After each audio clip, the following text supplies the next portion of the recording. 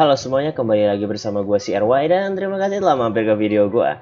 Jadi untuk video kali ini tuh sesuai judul aja, gue akan ngasih tahu apakah istilah anime itu hanya dipakai untuk animasi produksi Jepang ataukah di luar negara dari Jepang itu boleh menggunakan nama anime. Gue di sini hanya ingin berpendapat saja, tapi harus gue kasih tahu. Konten ini muncul dari banyaknya wibu-wibu yang gak sudi kalau animasi Cina dan animasi Korea itu disebut anime. Gua nggak nyangka sih, padahal itu hal yang sangat sepele banget. Tapi kenapa teman-teman nggak sudi gitu ya? Ya nggak banyak sih, cuman dari situlah gua muncul konten ini. Jadi gua coba ingin memberikan pendapat gua pribadi. Ingat, pendapat gua pribadi ya. Gua akan menggunakan konsep keilmuan gua karena gua adalah orang yang berpendidikan. Jadi gua nggak akan pakai hadis, nggak akan pakai logika, itu nggak penting ya. Yang penting itu adalah konseptualitas yang didukung dengan ilmu pengetahuan yang telah dideskripsikan. Oke, yang pertama dulu kita harus tahu kata anime. Kata anime itu adalah kata serapan dari bahasa Inggris yaitu animation. Kalau gue nyebut gini, sudah gue yakin 100% wibu nggak akan ada yang protes. Emang pada dasarnya animation itu adalah kata yang menciptakan istilah anime. Percaya nggak percaya, anime itu lahir dari konsep pengucapan lidah orang Jepang yang sulit mengatakan bahasa Inggris. Teman-teman teman-teman sadarin aja, kebanyakan orang Jepang itu kalau ngucapin bahasa Inggris tuh beda banget sama yang biasa kita dengar. Misalnya good morning jadi good morning katanya, lalu the dark jadi dark gitu. Habis itu dan masih banyak lagi. Pasti teman-teman sadar kalau menonton anime Jepang yang mereka menggunakan bahasa Inggris, pasti pengucapannya beda banget sama yang biasa kita dengar. Misalnya new game jadi sub game, ya kan, seperti itu, sajem gitu kan, kayak seperti itu ya. Contoh-contohnya aja. Pertama adalah ketika kita tahu kata anime itu hanyalah kata serapan dari animation, berarti semua yang animation itu adalah anime. Paham nggak? Semua yang animation itu adalah anime. Tapi anime ini istilahnya lebih kental dengan kata orang Jepang. Berarti di sini gue konsepkan anime itu adalah budaya orang Jepang menyebut kata animation. Bisa dipahamin? Misalnya kita ini sering banget pakai kata kantor. Itu kan kata serapan dari bahasa Belanda, kantoch. Sadar nggak sih? Bahasa Belandanya kantor ya kantoch. Ganti J, cuman kita susah ngomong kantoch. Jadi kita bilang kantor, ya kan? Kalau orang sana kan kantoch. Kantoch. Lidahnya lebih enak kalau kita pakai R. Kenapa? Kita bisa ngomong R gitu. Yang cadel diam saja ya. Makanya kita nyebutnya kantor.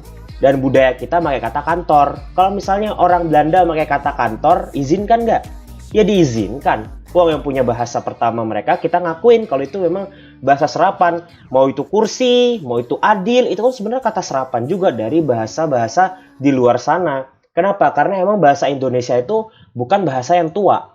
Gue sudah pernah menjelaskan tentang umur dari setiap bahasa di channel gue yang edukatif beneran di channel sebelah.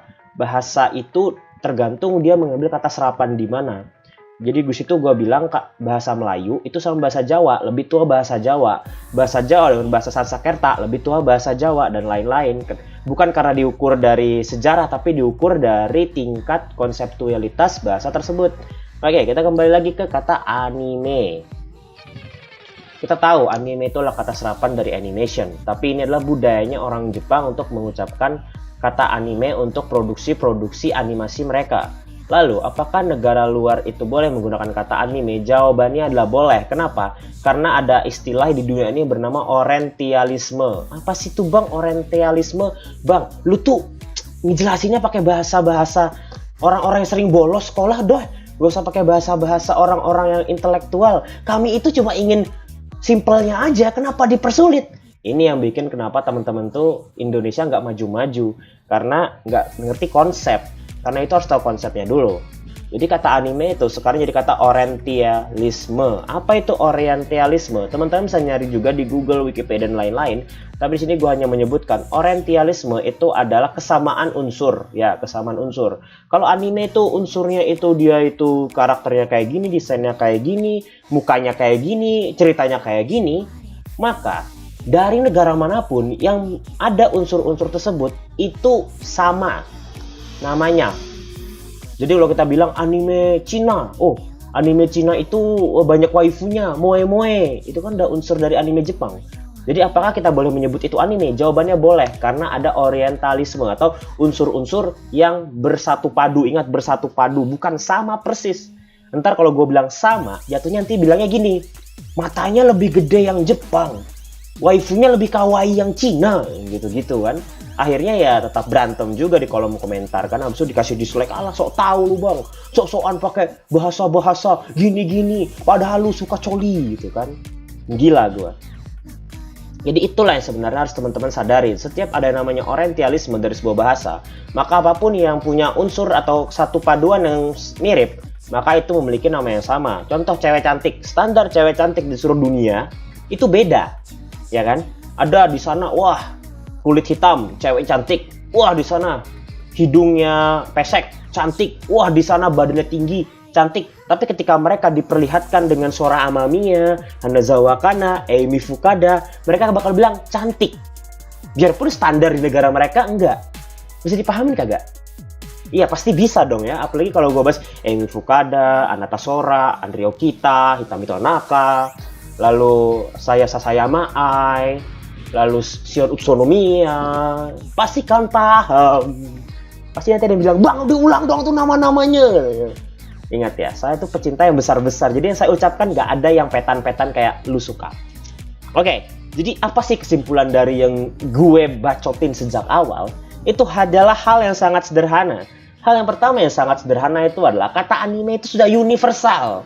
Mau yang bikin Timur Leste, mau yang bikin Brunei, kalau dia ada unsur animenya, ya udah namanya anime. Nggak peduli negara manapun yang buat gitu. Jadi nggak usah lagi protes-protes gitu. Cina dan Korea itu sok-sokan bikin anime, padahal sebutnya aja kartun, susahnya nauzubillah gitu kan. Masih banyak ibu-ibu seperti itu. Jadi sini gue hanya menjelaskan dengan pola pikir gue yang tinggi ini. Dan itu saja yang bakal gue kasih tahu. Video ini sudah berjalan 7 menit dan ya, untuk video selama 7 menit ini terlalu pendek.